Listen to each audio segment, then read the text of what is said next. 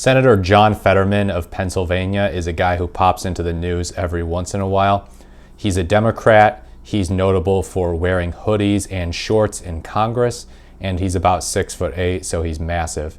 But yeah, he was elected in 2022. He beat Dr. Oz, and he has a take on pardons. This is from the Washington Examiner. Fetterman says pardons to both Trump and Hunter Biden would be appropriate. Senator John Fetterman argued President Joe Biden issuing a pardon to both his son Hunter Biden and President-elect Donald Trump would be the appropriate thing to do, underscoring a need to prevent the nation's justice system from becoming weaponized. Well, look, I appreciate the intent of avoiding the appearance of weaponization of the justice system, but if Biden actually pardoned Trump, I think the response would be mostly negative.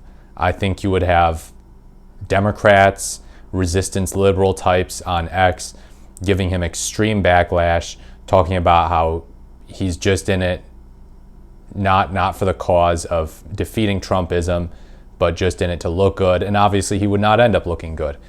They would probably be criticizing his obsession with bipartisanship because, look, the justice system did what it did in the Trump case, not because of political polarization or weaponization, but because the guy committed crimes.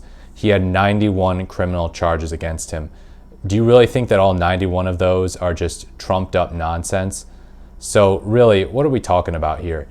But yeah, and I disagree too that Hunter Biden should be pardoned as well. I think that this is actually proof that justice does what it needs to do. Our justice system targets the right people. And should we really be upset about wealthy, powerful people being targeted when they commit crimes? Isn't the problem that the justice system doesn't target them enough for their crimes? You know, it's all fair game when it comes to going after people who are less wealthy when they commit crimes. But people in the upper class, people who are related to famous, powerful people, or they are famous, powerful people like Donald Trump, those people often get a pass. But let's continue. Fetterman was asked about the bipartisan division the president's pardon of his son has created, to which he argued it was undeniable how Hunter Biden's legal battle was politically motivated. However, he also stated the same could be said about Trump's conviction in New York, in which the president-elect was found guilty in a 34-count criminal case in May. Quote, "And in both cases, I think a pardon is appropriate, and I really think collectively America's confidence in these kinds of institutions has been damaged by these kinds of cases, and we cannot allow these kinds of institutions to be weaponized against our political opponents," he said on ABC News' The View, and it's very clear both trials were politically motivated and weaponized on the other side.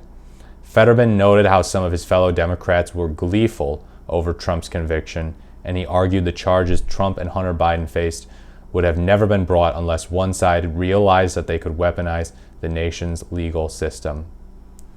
So he didn't really show his work here. He didn't really explain. I'm willing to grant that there might have been jurors on the Trump trial, jurors on the Hunter Biden trial, who had personal disdain towards one of those guys, but you need a full jury to convict them. The full jury, which could have had people who have both favorable and unfavorable opinions of these two men, got together and said that they were guilty. So yeah, he's just not bringing the goods in terms of explaining why this is political weaponization. Trump's lawyers have filed a 72-page motion to dismiss his conviction in New York, arguing the president's pardon undermines the fairness of Trump's prosecution. Biden argued that his son had been selectively and unfairly prosecuted and that raw politics has infected this process, with Trump's lawyers claiming the president's remarks apply equally to Trump's New York case. Okay, let's make a deal. Democrats and Republicans, let's shake hands and agree that wealthy, powerful criminals should be prosecuted to the extent of the law, no matter what their political party is. Hear me out. Now, I do appreciate what John Fetterman's saying in terms of the bipartisanship of it all. He's not like saying, oh, one of these was politically motivated, but the other wasn't. Trump seems to think that his prosecution was politically motivated, but Hunter Biden's couldn't be. And Biden seems to think that the prosecution of his son was politically motivated, but that the prosecution of Trump could not be.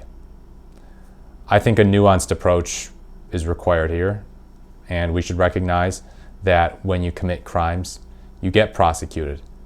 And the jury is involved, and the judge, in assessing whether or not the law was broken. So yeah, I think this kind of represents a shift in John Fetterman's mindset from being more of a progressive type, a guy who wants to go in there and implement major change, work alongside Senate Democrats, to being more of a bipartisan guy, a guy who,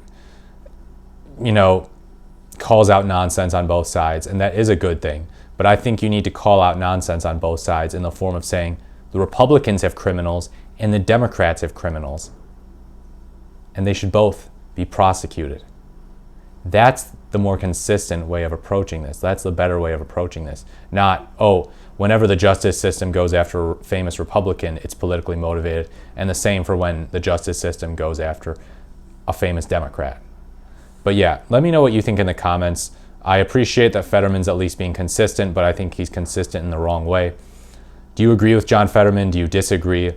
As always, please like, comment, or subscribe if you found this video interesting. Thank you so much for watching, and I will speak to you in the next video.